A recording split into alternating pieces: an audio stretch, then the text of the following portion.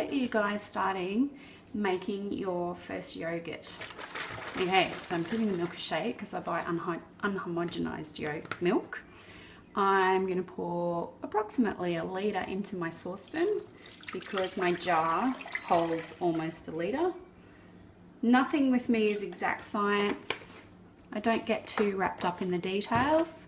What I'm going to do here is I'm going to put my stovetop on and I'm going to put it to just under high because I don't want to burn the milk on the bottom of the pan, and I'm just going to leave that for a little while. I highly recommend you do not leave the kitchen. Please learn from my mistakes. The amount of times I've just cleaned my stovetop and walked away and come back to find milk frothing over the top, I've lost count. Okay, so we're going to come back in a little while. You'll notice that I don't use thermometers or anything. I know all of the instructions say, oh, you need to get it to this temperature, then you need to cool it to this temperature. I don't do any of that. It's rare for me to have a yogurt fail, so I'm showing you the way that I do it, and I do it this way to make it super duper easy. I do not have time for mistakes, and I don't have time for stuffing around either. So I'm just going to show you the way that I do it. So we're going to come back in a little while when this is almost at the point where I want to switch it off so that you can see what it is I'm looking for. What you to see now is, and I'm hoping you can see it, but what we've got is all of these bubbles sitting underneath the layer of cream in the milk, and it reminds me of when we used to make pancakes and pikelets, and you get that bubbling, and that's when you know the pancake's ready to turn over.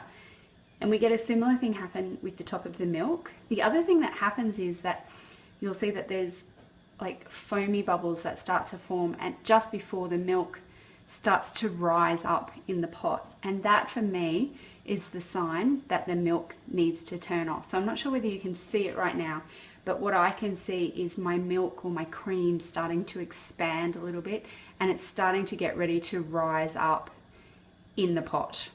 And that is time to turn it off. So it's all very, very technical. Is I'm going to pour my milk into the jar. Now I have tried and tested this jar over about a 3 or 4, maybe even a 5-year period. I've had this jar for a very long time. It's my favorite yogurt jar. I know that it can handle the hot milk. So I'm going to go ahead and pour my hot milk into that jar. This can act as a way of sterilizing the jar too, although I don't get too hung up about sterilizing the jar as such. It's not a big deal for me. Okay, so clearly I didn't quite guess my litre, but I was pretty close. So I've poured it into there. I'm going to pop the lid on, and then I'm going to go and pop it in a spot just to cool, because we can't put the culture in yet. If we put the culture in while the milk's hot, you're going to kill the culture, and by the time you finish culturing it over 24 hours, all you're going to end up with is slime. So we need to make sure that it's cooled. Now again, a lot of people will say, hey, this is got to be at a specific temperature. That's actually not true.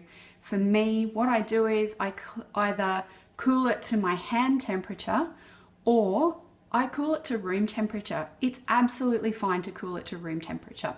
So I'm going to go ahead and put that aside, cool it down, and then when it's time to add the culture, I'll show you about how much we're using. Okay. Finish off that yogurt. So it's slightly warmer than skim temperature, but certainly cool enough to start adding a culture.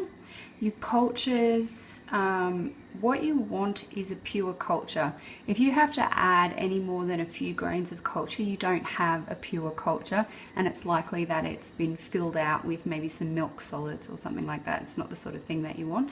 So you need a nice pure culture. They are available on the internet. I do often have them, but sometimes I don't. So I'm going to take the lid off. I'm going to show you how much culture you need. So remembering that this is about a litre of milk. This is what your culture looks like. It's just grains. I'm going to get my teaspoon, and I am literally going to take that much. So you can see it is not very much at all. I'm going to pop it in there, give it a good mix around, my lid back on.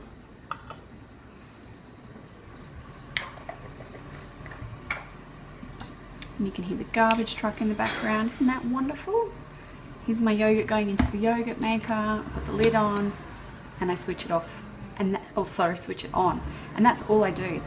I just leave it there for 24 hours. I come back in 24 hours and I turn it off. You're going to use an almost identical method for when you make sour cream. So instead of using milk, you will use cream. You don't want any thickeners in your cream. You just want pure cream. It should say that on the bottle or on the carton, pure cream. You can either choose to heat that cream or not. With milk, it's actually essential that you heat the milk so that you don't get any competition with your culture, but it also changes the proteins a little bit and helps you get a nice thick yogurt. With the cream, that's actually not necessary. I'll be really honest here and say I have absolutely no idea why, and I actually haven't bothered to look it up, so maybe you guys can tell me. But you don't need to do that with the cream. You can just pour the cream from the bottle straight into your sour cream container, add your culture, mix it around, and then pop it in your yogurt maker, and then you have sour cream. So it's a really simple process. Yogurt, sour cream, same method. The only thing that changes is one uses cream for the sour cream and one uses milk for the yogurt.